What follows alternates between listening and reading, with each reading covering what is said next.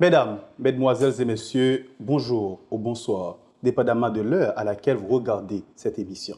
Vous suivez la rubrique Invité de la semaine de la radio-télé Altagrace. La rubrique Invité de la semaine de la radio et télé Altagrace, c'est cette rubrique qui vous offre la possibilité de regarder, non seulement de regarder, de comprendre certaines réalités de l'Église. Mais aujourd'hui, nous sommes dans l'obligation de vous parler du livre. Le livre, c'est surtout basé sur les réflexions. Avec nous en studio, Monseigneur Patrick Harris. Et c'est avec lui qu'on va essayer de voir des différentes idées. Okay? On va essayer de nous tourner autour de sujets très spéciaux. Bonjour, Monseigneur. Bonjour, Monsieur Homer. Bonjour, téléspectateurs, téléspectatrices de Radio Télé Altagrace. Un plaisir et un honneur d'être avec vous. C'est la première pause à la rubrique Invité de la semaine de la Radio Télé Altagrace.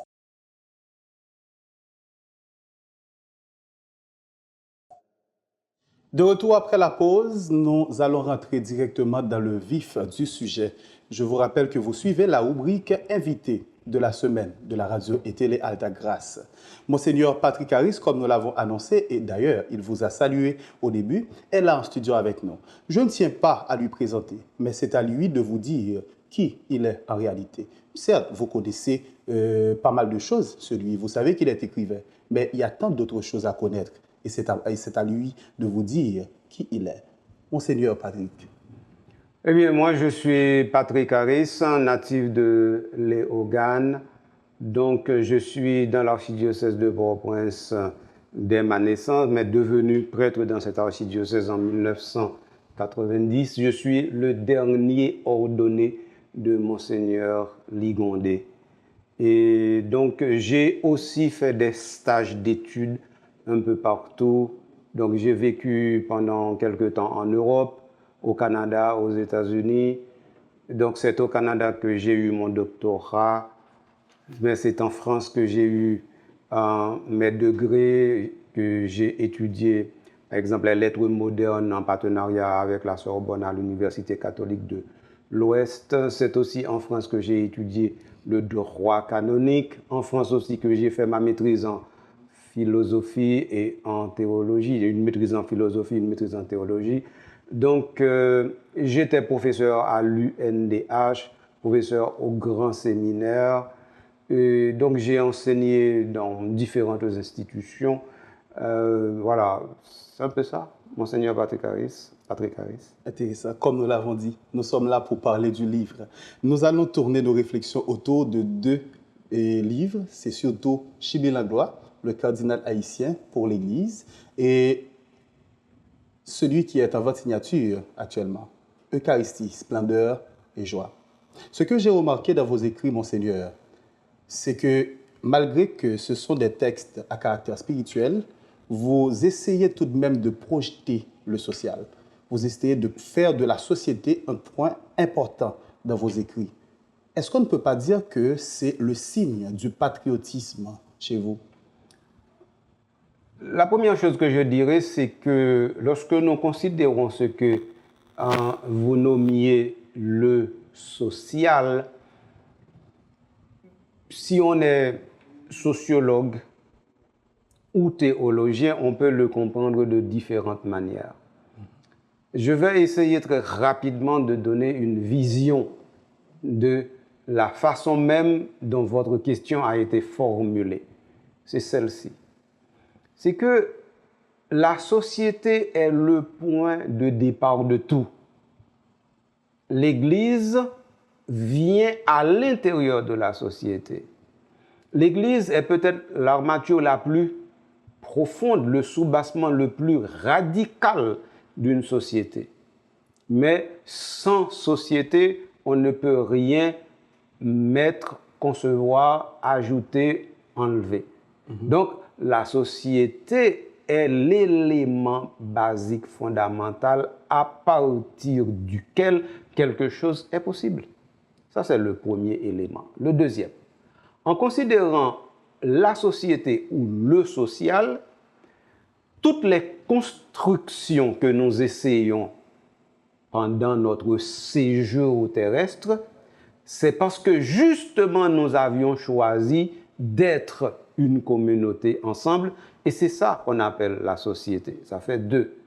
En troisième lieu, lorsqu'on dit société, on dit en latin socius, qui signifie être ensemble. Et donc, Aristote nous faisait comprendre que la base de la société, c'est la famille. Ce n'est pas l'Église qui a dit ça en premier. L'Église va rethématiser cela et nous donner une dimension beaucoup plus profonde de ce qu'Aristote avait dit. Mais toujours est-il que lorsque nous essayons d'entrer dans cette réalité fondamentale, nous comprenons que sans société, il n'y a rien du tout. Maintenant, après ces précisions qui sont comme des lignes de démarcation, je viens directement à la réponse à votre question. La question du patriotisme est liée en latin à patria. Patria vient de pater. Pater veut dire père. Qu'est-ce que ça veut dire la patrie? C'est le lieu où je suis enraciné. C'est le lieu où on dit, en bon créole on dirait, c'est le lieu où on peut dire je ne suis pas un loraï calé. C'est ça. Donc quand on parle de patriotisme, on ne parle pas d'un sentiment, on parle de préférence d'une réalité fondatrice de l'humain en tant qu'être social. Or, cet être social est multidimensionnel. Il est homo ludens, c'est-à-dire capable de jouer. Il est homo communicans, c'est-à-dire capable de parler. Et puis, il est aussi ce que vous disiez tout à l'heure, c'est-à-dire homo religiosus, c'est-à-dire il est un être qui est toujours en relation avec le transcendant, c'est-à-dire avec ce qui dépasse les besoins primaires et fondamentaux. Okay. En comprenant la chose ainsi, maintenant, formuler la question comme étant un élément de patriotisme devient automatiquement caduque parce que si on ajoute cela, c'est comme si effectivement l'homme n'avait pas déjà cette dimension en lui. Or, il a déjà cette dimension. Donc, on ne fait que l'exciser, c'est-à-dire le révéler, c'est-à-dire le mettre à jour et au jour.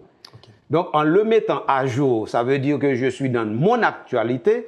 En le mettant au jour, ça veut dire que je dis qu'il y a un voile qui était déposé dessus, j'enlève le voile. Alors, pour terminer avec ma réponse, je dis que Dieu, comme étant la destination finale et béatifique de l'homme, est aussi le lieu où l'homme se reconnaît comme homme et dépendant. Or, Dieu est Père. Et j'ai dit que patria vient de pater. Donc, quand on parle de patriotisme, ça veut dire que le patriotisme bien compris, ça c'est branché directement sur Dieu, qui est Père. Okay. Donc, c'est une façon de se faire démarquer des autres écrivains qui, lorsqu'ils écrivent pour l'Église, essaient tout juste de mettre la société de côté. Non, c'est-à-dire qu'on n'a pas à mettre la société de côté. On a à considérer son sujet selon une méthodologie qui permet de sérier la matière de telle sorte qu'on ne fait pas des séries, mais lorsqu'on série la matière, eh bien, on peut méthodologiquement conduire le lecteur vers le lieu du rendez-vous. Et quel est ce lieu de rendez-vous? C'est le lieu où il y a une interaction entre l'auteur et le lecteur. Alors, Paul Ricoeur nous disait que le livre est achevé par la lecture. Donc, le livre que j'écris n'est pas un livre à achever tant qu'il n'y a pas de lecteur. Donc, à partir de ce moment, il y a une communauté d'intérêt entre l'auteur et le lecteur. Et donc, si je ne prends pas en compte les préoccupations potentielles, imaginaires ou réelles du lecteur, ça veut dire que je ne fais pas un livre Je suis en train de faire une chronique. Or, un auteur qui n'essaie pas d'écrire un livre, il perd son temps et son métier. OK. Et cette dernière réponse m'a motivé à vous poser cette question, puisque écrire, c'est courtiser la littérature. Vous êtes sur un terrain qui est quelque part un peu fragile. Fragile comment? Puisque la jeunesse haïtienne ne lit presque pas. Il y a également les jeunes catholiques qui ne s'intéressent pas vraiment ces derniers temps à la lecture. Est-ce que vous ne pensez pas que le fait de se laisser dans ce mode d'écriture, c'est comme lutter dans un monde où il n'y a pas d'adversaire? D'abord, je ne suis pas sûr que ce que vous dites est totalement vrai à 100%. Si nous faisons les constats, nous allons voir que c'est différent. Et je prends des exemples pour convaincre vos téléspectateurs et téléspectatrices. Chacun a ou bien une tablette ou bien un téléphone portable qui est un smartphone. Et chacun communique par WhatsApp. Et chacun communique par message texte. Pour écrire, vous lisez. Et quand vous recevez un message, vous le lisez. C'est de la lecture. Ah, attendez. Maintenant, cette lecture-là n'est pas une lecture ciblée.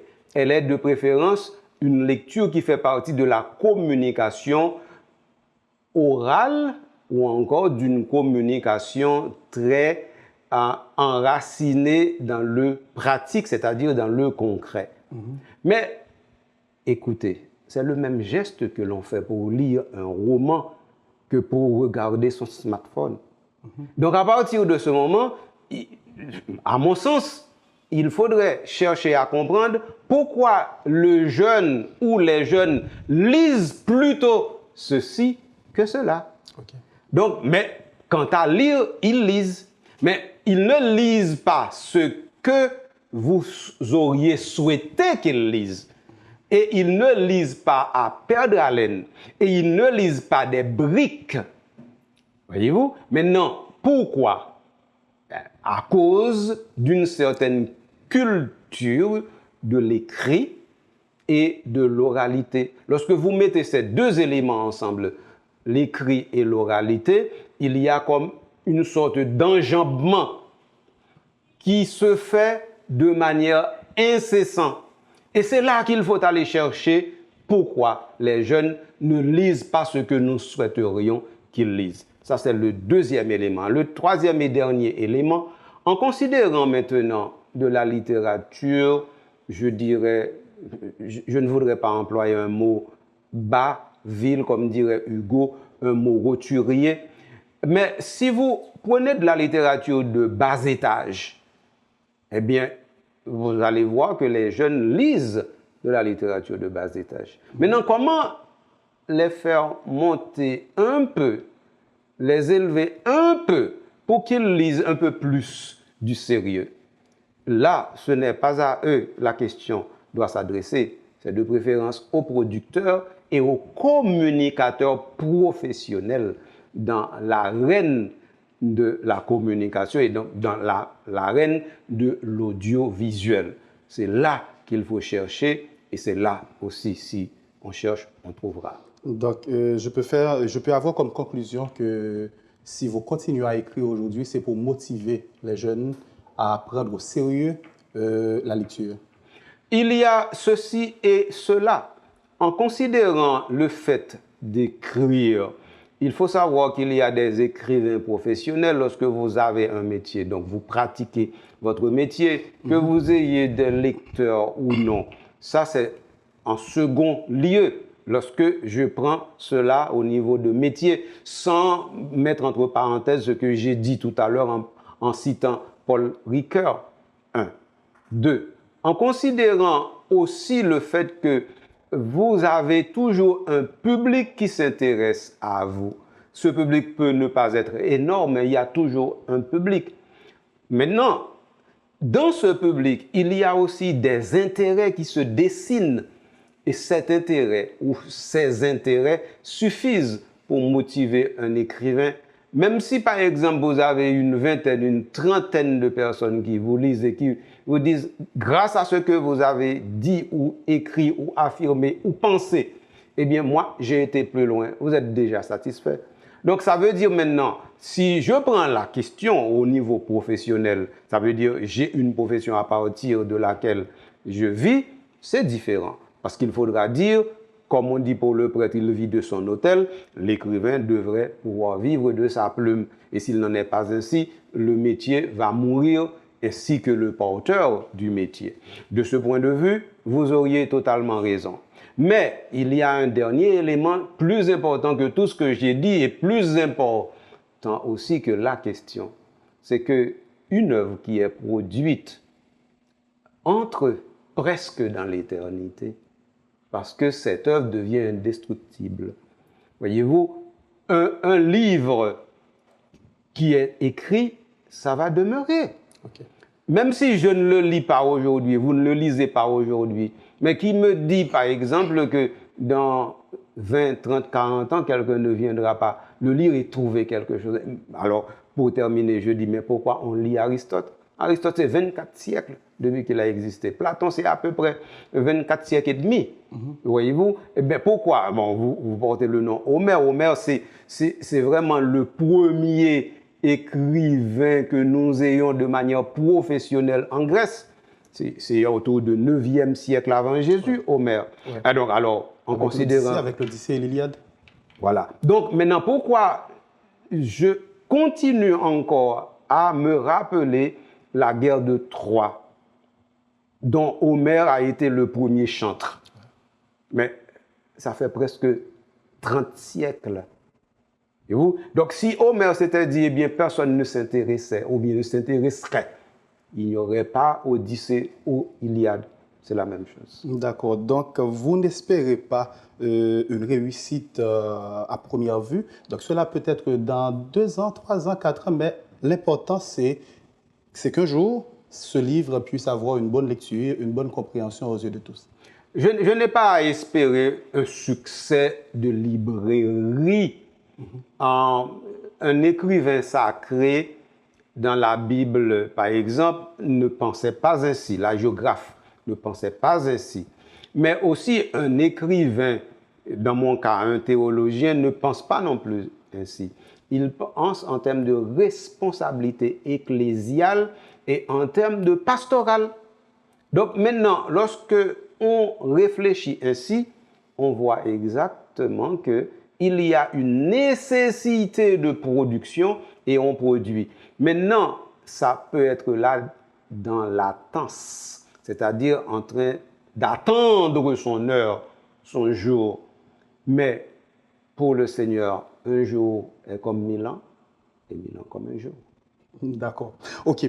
Essayons maintenant de rentrer dans le plus profond du livre. Eucharistie, splendeur et joie. Vous avez présenté la prière du Notre Père comme la préface de la communion. Et dans cette partie, il y a quand même une sorte de doute qui existe certaines fois aux yeux des Haïtiens ou peut-être des étrangers qui essaient de réfléchir sur cette prière. C'est une sorte de pluralité au début de la prière et une singularité à la 5e ligne. D'abord, on utilise le mot ciel au pluriel au début et ce même mot au singulier à la 5e ligne. Qu'est-ce qui explique, d'après vous, cette différence? La première chose, avant de pouvoir répondre à votre question, je voudrais prendre la liberté de plus ou moins situer non seulement le livre dans un itinéraire d'écriture, mais aussi permettre aux auditeurs, aux auditrices, aux téléspectateurs, téléspectatrices de comprendre de quoi il s'agit lorsque nous parlons de Eucharistie, splendeur et joie. Eucharistie, splendeur et joie, c'est un livre qui veut être un livre. C'est la première chose. Ce qui signifie que tous les écrits imprimés qu'on appelle livres ne sont pas des livres. Et ce livre-là a la prétention de vouloir être un livre. 1. 2. En plus de vouloir être un livre, ce livre voudrait être ou devenir un manuel. Manuel, ça vient du latin manus, qui veut dire main, c'est-à-dire quelque chose qu'on a toujours en main. C'est pourquoi dans la première page, comme au frontispice, j'ai dit que ce livre peut être lu ou pris comme un vademecum en discussion avec le dictionnaire. Alors, maintenant, une fois ceci précisé, j'ajoute que le livre est d'abord une catéchèse, dans le sens noble et technique du terme, tel que le Concile de Trente l'avait voulu, à savoir que l'Eucharistie doit être présentée au peuple de Dieu de manière périodique et claire, de telle sorte que tout le monde soit pénétré du profond du mystère qu'il y a à l'intérieur de cette chose fondamentale pour la foi chrétienne. Ça, c'est la deuxième chose. La troisième, le livre, il est divisé en 2 ou 3 parties selon le parti qu'on prend. Si on prend le parti de voir une première partie théorique, on va dire que le livre est divisé en 2 parties. Mais si on prend le parti de dire que le livre a 3 grands champs d'exploration, on va dire qu'il est divisé en 3 parties. Donc, je dis qu'il est divisé en 2 ou 3 parties et je donne 3 parties. La première partie, elle est théorique. Ça dit exactement le fondamental en termes de méthodologie, où est-ce qu'on sort et où est-ce qu'on va. Donc, ça donne les informations préliminaires permettant de comprendre le reste. Voilà la première partie dite théorique. La deuxième partie, ça commence avec la célébration de la parole.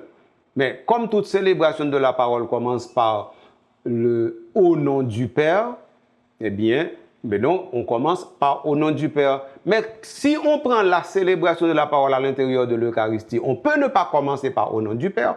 On peut commencer par l'antienne d'ouverture ou bien on peut commencer par une monition d'entrée.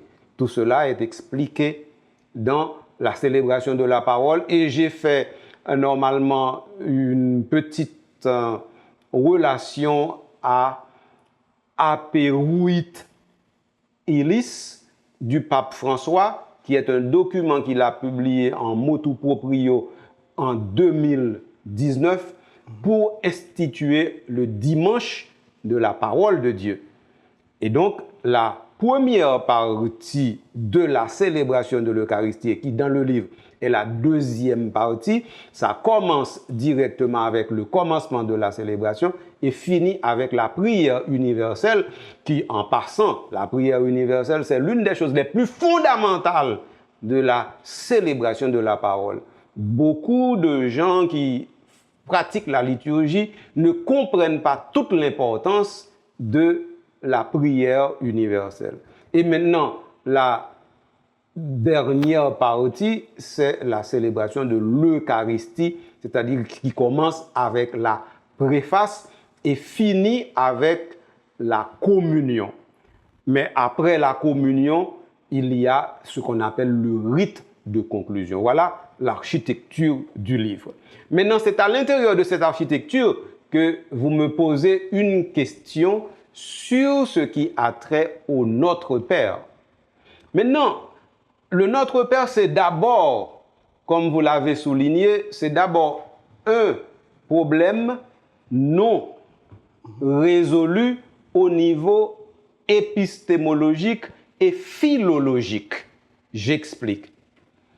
Le Notre Père, vous vous rappelez certainement qu'à un certain moment de la durée, on disait qu'on a changé quelque chose dans le Notre Père. Vous vous rappelez de cela? Oui. Mais vous vous rappelez aussi, peut-être pas, que c'est faux. Parce qu'en fin de compte, on n'est pas intervenu sur le Notre Père pour changer quelque chose. On n'a jamais fait ça.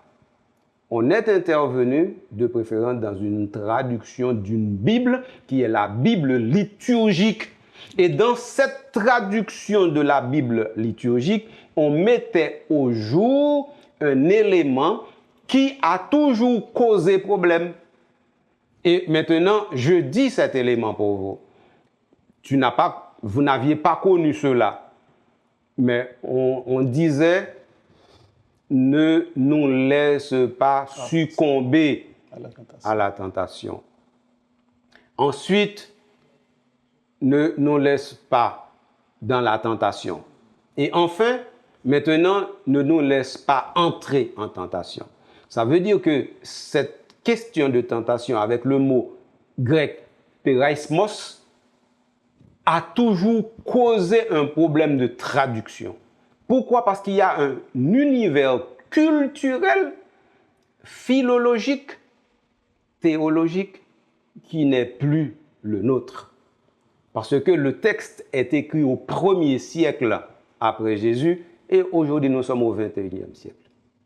Donc voilà, mais lorsque les gens ne savent pas cela, donc ils vont dire vulgairement qu'on a fait un changement de notre part alors que c'est faux. Alors j'ai fait cette précision, c'est parce que justement, si je ne le fais pas, on va comprendre ce qu'il ne faut pas comprendre. Ok.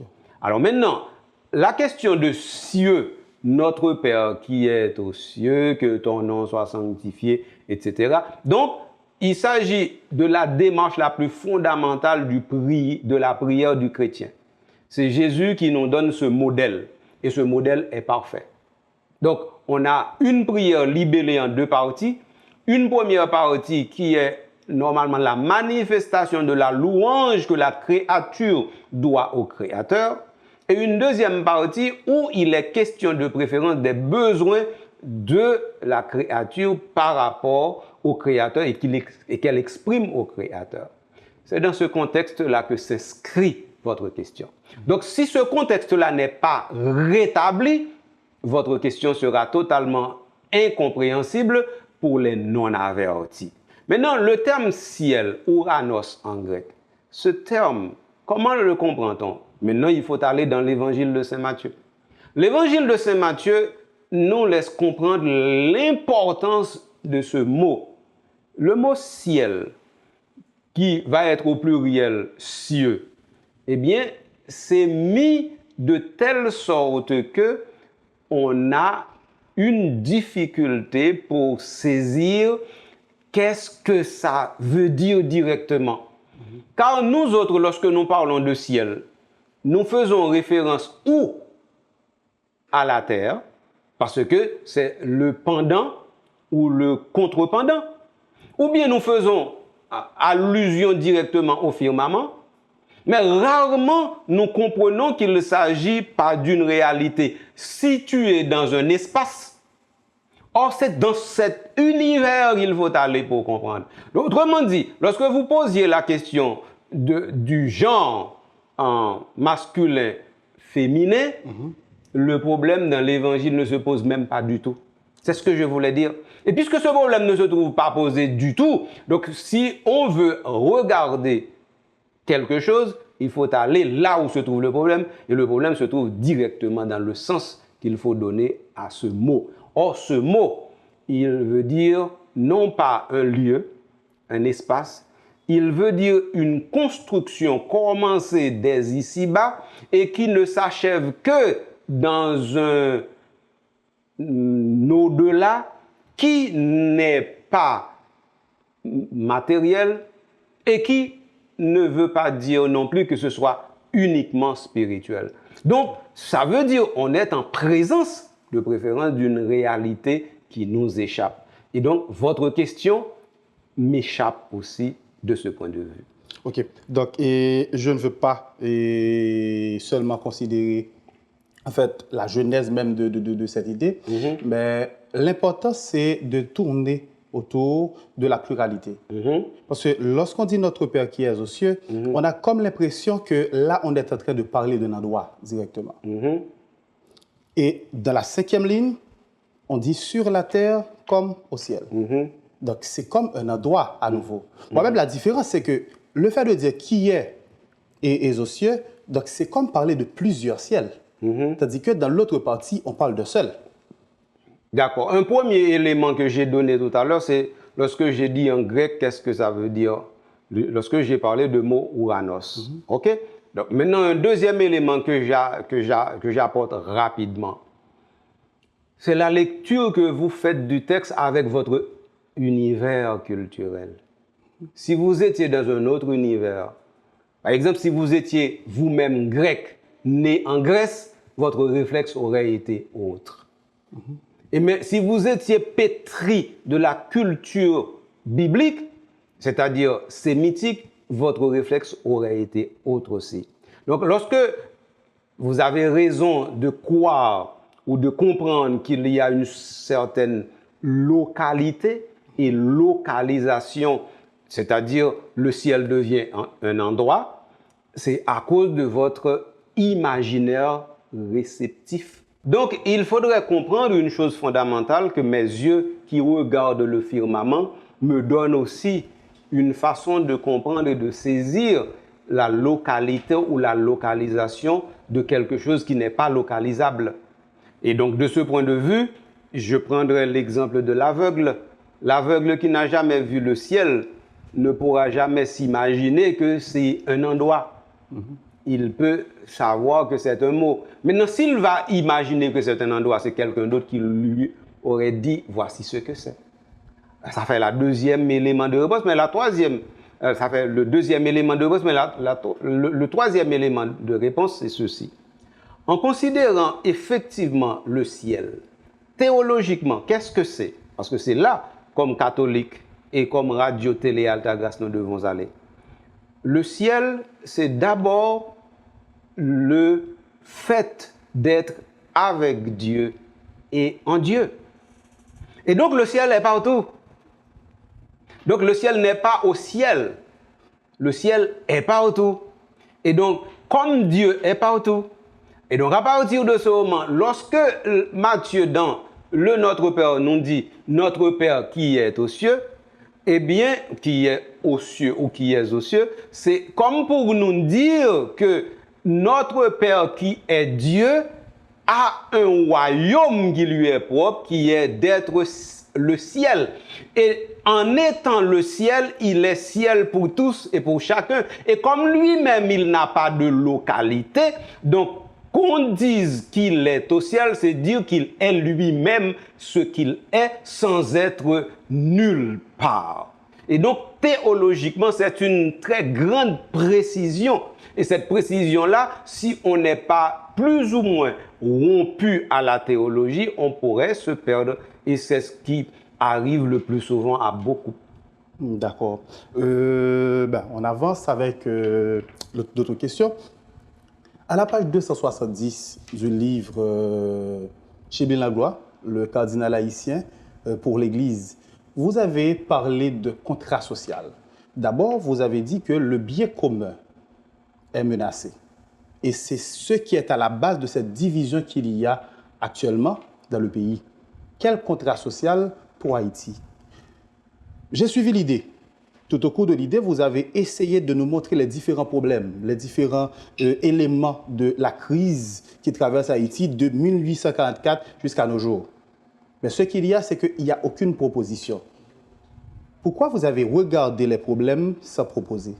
Non, c'est faux. C'est faux. D'abord, si vous aviez bien suivi mon idée, vous auriez dû citer aussi dans votre question la policitation. C'est là. La policitation, c'est exactement un des éléments de solution qui pourrait effectivement nous faire entrer dans un certain contrat. Alors, qu'est-ce que c'est que le contrat social? C'est le fait qu'une société se donne des objectifs et des barrières. Maintenant, ici, chez nous, nous n'avons ni l'un ni les autres. Des objectifs, nous n'en avons plus. Où est-ce que nous voulons aller? Qui peut dire quel est le projet d'Haïti dans 10, 15, 20 ans à venir? Personne. Ça veut dire qu'on n'a pas de projet. Donc, le pays comme pays n'a pas de projet. Moi, j'ai des projets. Vous en avez. Ici, à Radio Télé Alta Grace, c'est un projet en action et en réalisation. Mais Haïti, il n'y a pas de projet. Donc, ça veut dire que lorsque on parle de contrat social, il faut qu'une société se donne des objectifs. Alors, ici, nous venons de voir qu'il n'y en a pas. Maintenant, il faut aussi des barrières. Mais il n'y a aucune barrière. Récemment, on a mis le feu à la cathédrale de Port-au-Prince. Voyez-vous, ça veut dire qu'il n'y a plus de barrière. On peut prendre un inspecteur de police et non seulement le tuer, mais le mutiler. Il n'y a pas de barrière. On peut tout simplement tuer quelqu'un et puis devenir un cannibale. Ça veut dire qu'il n'y a pas de barrière. Donc, quand une société n'a pas de barrière et n'a pas d'objectif, donc ça veut dire où est-ce qu'on ira? On ira nulle part. Donc, actuellement, nous sommes plus que dans la jungle. Nous sommes à l'intérieur d'une barbarie. Et cette barbarie est doublée d'une anarchie. Voilà. Maintenant, comment sortir? Eh bien, c'est que lorsque, depuis 1804, on n'a pas pris le temps de construire, c'est certain qu'il n'y a pas de recette qu'on peut venir avec, puisque nous avons cette situation aussi parce que le niveau culturel du peuple étant ce qu'il est. C'est pas pour rien, par exemple, que nous avons un peuple qui est sous-alphabétisé. C'est pas pour rien, par exemple, que nous avons un pays en dedans et un pays en dehors. Tout cela, ce sont des schèmes que nous avons fabriqués avec le temps et qui sont devenus, je dis le mot, grossiers, qui sont devenus comme des ontologies, c'est-à-dire des choses qu'on ne passe plus parce que c'est tellement fixe et fixé. Alors maintenant, les solutions que j'ai proposées, ce n'est pas le but du livre de pouvoir dire exactement où l'on va et quelle façon on résout les problèmes d'un pays. Le livre a de préférence un projet théologique, c'est-à-dire le projet d'une église locale. Mais lorsqu'on aura cette église locale, comme c'est à l'intérieur du plan, on aura aussi un autre pays. Parce que lorsqu'une église locale aura été autre, ça veut dire que cette église locale, en se faisant, reformate aussi le pays. Donc voilà un premier élément de solution qui passe par le religieux. Mais dans le social, la pollicitation, qu'est-ce que c'est? C'est le fait pour nous de pouvoir dire que ceux-là qui sont à nos services dans le gouvernement ou dans l'État, eh bien, ils sont des serviteurs. Et s'ils sont des serviteurs, ça veut dire qu'ils ont des comptes à rendre. Et comment rend-on compte dans une société? Chaque société peut trouver des modalités de reddition de comptes. Mais étant donné que nous n'avions jamais su être drastiques sur cette affaire, moi j'ai proposé un modèle qui a existé dans la Rome antique, où, par exemple, quelqu'un qui voulait briguer un poste public, eh bien, il signait presque un contrat avant même d'avoir le poste avec les mandants pour dire, écoutez, moi, je promets de faire ceci, et il signe cela. Et en le signant, maintenant, lorsqu'il arrive à la fonction, il est obligé de respecter sa signature. Et en respectant sa signature, donc, il va faire plaisir non seulement à ses mandants, mais il se fait plaisir à lui-même. Donc, il se garde, il s'aménage de préférence une postérité. Donc, je dis que une chose qui arrive à notre pays, c'est que nous avons des dirigeants qui n'ont plus de souci de leur propre postérité. Ça veut dire qu'ils n'ont plus de lendemain à vouloir. Ils n'ont plus d'avenir à espérer. Ils n'ont plus de futur à vouloir. Eh bien maintenant, puisqu'ils ont déjà choisi cela, nous ne pouvons pas leur faire une sorte de contrainte au niveau de leur liberté, mais nous, comme l'autre pendant, nous pouvons agir et non seulement réagir. Or, dans un pays comme le nôtre, nous avons toujours voulu réagir au lieu d'agir. Alors moi, je dis qu'il faut agir. Et cette action-là passe par la pollicitation. Donc, alors, à partir de ce moment où le mandant ou les mandants, dans des communautés restreintes, alors, il faut parler de communautés restreintes. Par exemple, nous sommes à Delma, mais on peut prendre des quartiers de Delma. Je suis de Léogane, on peut prendre par exemple des zones ou bien des quartiers de Léogane. Et si par exemple on s'engage sur des éléments restreints comme ça, on peut voir exactement quand il viole ou quand il ne viole pas sa parole. Et quand il viole ou ne viole pas sa parole, Ça veut dire que maintenant, la question de payer pour vote, ça ne vaudra plus. Okay. Parce qu'on aura de petites communautés qui sont solidaires. Okay. Quand les petites communautés sont, le pays commence. Eh bien, voilà des solutions. Donc, vous disiez qu'il n'y en avait pas, mais il y en a plein. Écoutez, vous avez présenté un contrat social. Donc, non, je n'ai pas présenté un contrat social. Ce que vous venez de dire, un contrat social sur la Grèce, ok? Et c'est surtout une histoire ancienne où l'homme, ou du moins le représentant, signe un contrat social par devant le peuple pour faire quelque chose. Mais vous avez dit... C'est Rome, c'est pas Grèce. Oui, c'est Rome, voilà. Vous avez dit dans le livre, l'homme aisé, okay, le citoyen aisé, est cible du citoyen gueux et appauvri. Vous ne pensez pas que ça va causer beaucoup plus de problèmes à la société haïtienne? C'est-à-dire, chaque fois qu'on dit la réalité de la vérité ou la vérité de la réalité, ça cause beaucoup plus de problèmes? Non, ce n'est pas la réalité de la vérité. C'est que, en fait, le citoyen, le représentant, décide de signer un contrat par devant le peuple pour dire qu'il va faire telle ou telle chose. Absolument. Donc, cela peut poser un problème. Parce que si on considère le contrat social de Rousseau, par exemple, Rousseau a regardé la société dans son ensemble. Ce n'est pas un représentant par rapport au peuple. C'est le peuple qui décide de s'asseoir et préparer un texte, donc là où l'idée même, c'est de le vivre ensemble. Donc, si on donne le pouvoir à quelqu'un et que cette personne doit signer quelque chose, c'est comme, je ne vais pas appeler ça un contrat social, c'est comme un contrat que quelqu'un a envers un groupe. D'accord. Ok, c'est comme quoi je signe un contrat avec une entreprise, j'ai un ensemble d'obligations, ok, et que moi je dois respecter. Donc, oui. Le contrat social devrait passer par la société et non par un homme vis-à-vis de la société. Très bien. Mais c'est exactement, vous êtes en train de dire la même chose que moi. Pas vraiment. Non, mais écoutez, regardez. Vous mettez le mot où la chose n'est pas. Je vous explique. La pollicitation, qu'est-ce que c'est? C'est un mécanisme à l'intérieur de la société. Quand la société existe, le contrat est là. C'est automatique. Maintenant, quand la société n'est pas, il n'y a pas de contrat. Donc, vous citiez Rousseau, mais dans mon livre aussi, j'ai cité Rousseau. Bien sûr. Et donc, ça veut dire qu'il y a plusieurs modèles de contrat. Moi, je dis que le contrat, le premier contrat, et vous êtes d'accord avec ça, c'est le fait que moi-même, je suis citoyen dans une communauté. Ça, tout le monde est d'accord là-dessus. Parce que s'il n'y a pas de citoyen, il n'y a pas de société. Or, si le citoyen ne s'engage pas, où est-ce qu'on aura de société? On n'aura pas de société.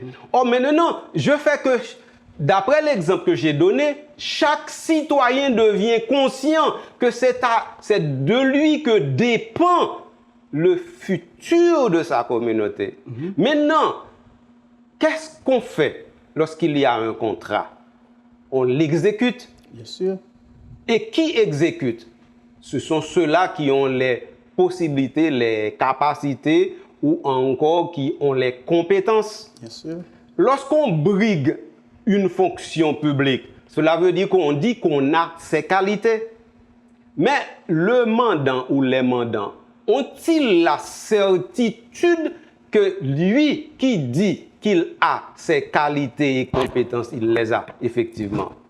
Alors, pour s'assurer qu'il n'est pas un menteur, eh bien, on lui dit, puisque vous voulez nous servir, eh bien, donnez-nous la preuve que vous êtes sincère.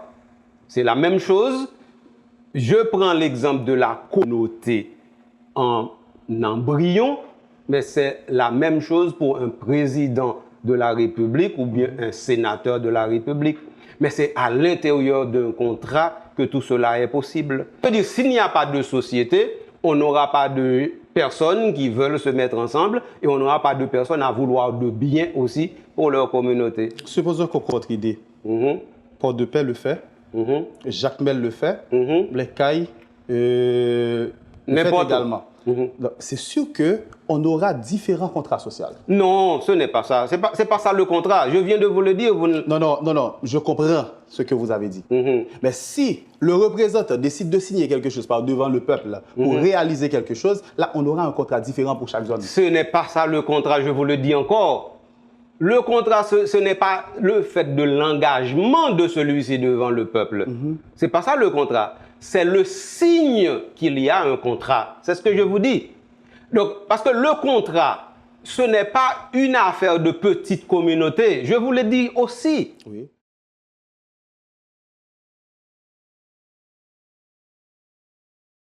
Bienvenue dans la dernière partie de la rubrique invité de la semaine de la radio-télé Altagrace. Je vous rappelle qu'on a avec nous en studio Monseigneur Patrick Harris, notre train de parler de l'Église, de parler de société, de parler de son nouveau livre Eucharistie, splendeur et joie. Avant même de rentrer dans la vente signature du livre, je tiens tout de même à prendre une autre partie de ce document qui parle du sacerdoce. Donc, moi-même, ça a attiré mon attention, ce que vous avez dit. Une société où le sacerdoce accomplit mal sa fonction est gravement menacée. Après l'avoir dit, vous vous êtes posé une question. La question, c'était, l'Église locale est-elle déjà à ce point critique? Votre réponse était incertaine. Pourquoi cette incertitude? De toute façon, lorsque nous regardons la liturgie que nous faisons dans notre église locale veut dire l'ensemble du territoire d'Haïti. D'accord? Et donc, il suffit de regarder effectivement qu'est-ce que l'église dit et demande de faire. Et puis maintenant, regarder les pratiques que nous avons. Et puis la différence va sauter aux yeux. Vous voyez, il y a Sacrosanctum Concilium qui est le document de référence de Vatican II pour la liturgie. Ensuite, il y a la présentation générale du missel romain. Ensuite, il y a la présentation générale du lectionnaire romain. Ces trois documents que j'ai cités sont la base pour réaliser n'importe quelle liturgie eucharistique dans l'Église catholique, que ce soit en Haïti ou au Bangladesh ou encore en Côte d'Ivoire. Alors voilà, c'est la première chose. La deuxième chose, en considérant ce livre-là, regardez bien, du commencement jusqu'à la fin, toute la célébration de l'Eucharistie est analysée de A à Z. Et ceci très bien présenté. Et on est dans une situation où l'on se demande, est-ce que oui ou non ce que l'Église nous demande de faire, est-ce que nous le faisons avec la fidélité requise? C'est très important. Pourquoi cette question est importante? Parce que la réponse que vous cherchez est en train de se profiler dans ce que je dis. Vous, comme jeune, qu'est-ce que vous avez comme projet si vous avez une famille, si vous avez des enfants, quand vous aurez des enfants, qu'est-ce qui sera l'héritage que vous laisseriez? Est-ce que vous pourriez, par exemple, prendre la responsabilité d'avoir une famille sans pouvoir dire effectivement, voici quelque chose qui permettra à ma famille, à mes enfants d'être fiers de moi? C'est une question liturgique. Je la formule comme étant une question personnalisée et personnalisable, mais c'est une question liturgique. Ça veut dire que la fidélité est partout. Maintenant, cette fidélité, est-ce que nous la voyons dans notre pays par rapport aux choses, non pas de la foi, mais aux choses sociales et politiques? La réponse est claire, non. C'est pourquoi nous sommes dans cette pauvreté abjecte. Mais maintenant, si cette pauvreté abjecte est à l'intérieur de la société, or l'Église est à l'intérieur de la société, ça veut dire que l'Église participe à cette pauvreté. C'est simple.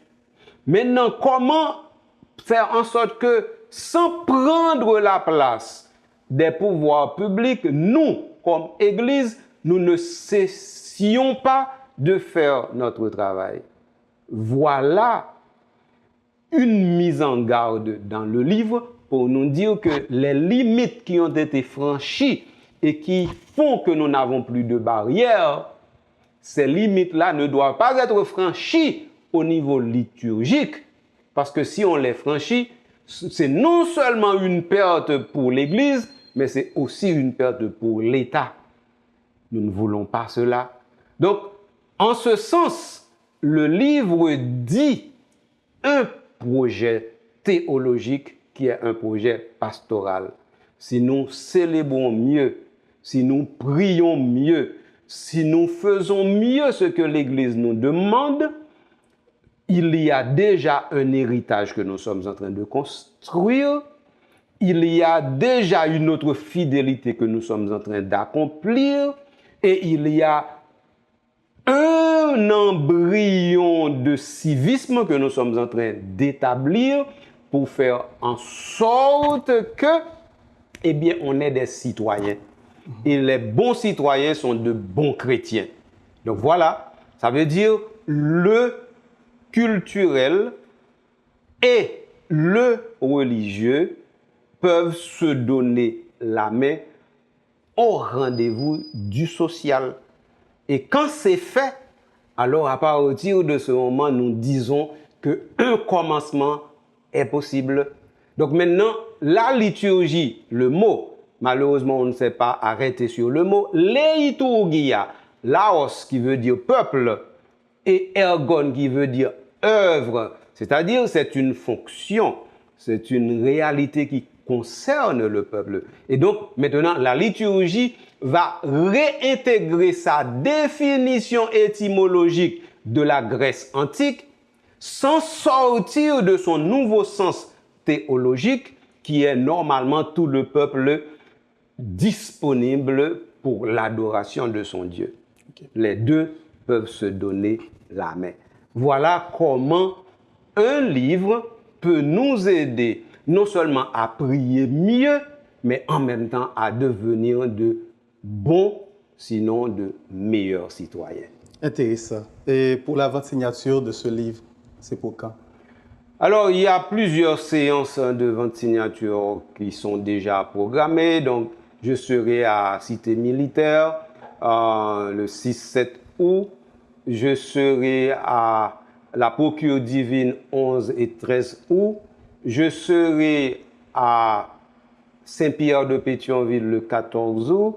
Je serai à Notre-Dame d'Altagrace le 23 août et je viendrai avant cela pour une conférence avec les jeunes le 18 août. Donc, c'est tout ça pour le projet dont il s'agit.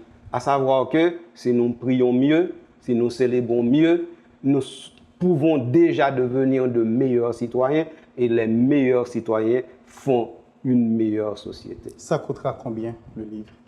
Le prix du livre, c'est 2000 gourdes, mais les paroisses vont s'organiser pour alléger le coût pour les jeunes surtout et pour tous les gens qui voudraient se procurer le livre. Ok. Moi-même, je conseille à tous les jeunes de la paroisse Notre-Dame d'Altagrace et ceux des autres paroisses d'acheter ce livre parce que c'est vraiment, vraiment intéressant. On peut puiser beaucoup de choses, avoir beaucoup d'idées, comprendre l'Église catholique en soi. Est-ce que vous pensez, puisque vous avez une conférence à présenter à la paroisse Notre-Dame d'Altagrace, est-ce que vous pensez présenter d'autres conférences après? Oui, c'est-à-dire dans presque toutes les paroisses où je vais pour vente signature, il y a toujours une conférence avant. Parce que normalement, il ne s'agit pas de vendre un livre. Vendre un livre, c'est facile. Mais il s'agit de préférence de vendre ce qui n'est pas vendable, c'est-à-dire une idée, une espérance. Mais plus qu'une idée, plus qu'une espérance, de vendre l'avenir. De dire que ce que nous sommes n'est pas à la hauteur de nos projets et de ce que Dieu veut pour nous. Dieu ne veut pas un peuple accroupi dans la crasse. Dieu veut un peuple debout et propre. Et la liturgie nous apprend cela. Si effectivement nous commençons par célébrer comme nous le devons, nous n'allons plus accepter que nos rues soient sales. Et nous n'allons plus accepter que nos quartiers soient sales. Et à partir de ce moment, voilà comment nous initions les changements à l'intérieur de la société par la liturgie, parce que c'est une action du peuple. Merci, Monseigneur Patrick Harris. C'était un plaisir de vous recevoir. Monsieur Omer, c'est un plaisir aussi, tout comme un honneur, d'avoir été ici à Radio-Télé Altagrace. Je souhaite ardemment que cette communauté de foi, qui est une communauté qui grandit et de jour en jour puisse devenir aussi un modèle, non seulement par la qualité des célébrations, mais par la qualité de citoyenneté que nous avons dans la commune de Delma. Et comme Delma fait beaucoup d'efforts aussi pour une édilité meilleure par rapport au reste du pays, la paroisse Notre-Dame d'Altagrace peut effectivement continuer à être un lieu où l'on cultive cette belle et noble sobriété qui nous permet de lever les mains en direction de Dieu pour prier et en même temps d'embrasser les préoccupations de la réalité à travers les soucis que portent nos frères et nos sœurs. Merci, Monseigneur. Merci à vous d'avoir suivi cette rubrique, la rubrique invitée de la semaine de la radio et télé Altagrace. Pour les votes signatures, les dates seront publiées au premier commentaire de cette vidéo. J'espère tout simplement que vous allez regarder et vous serez normalement présent pour cette présentation. Le livre est pour vous. L'église, c'est votre église. On espère tout simplement que cette famille que Dieu a créée pour vous, vous allez l'embellir en lisant ce document qui peut vous aider à augmenter votre capacité. Merci.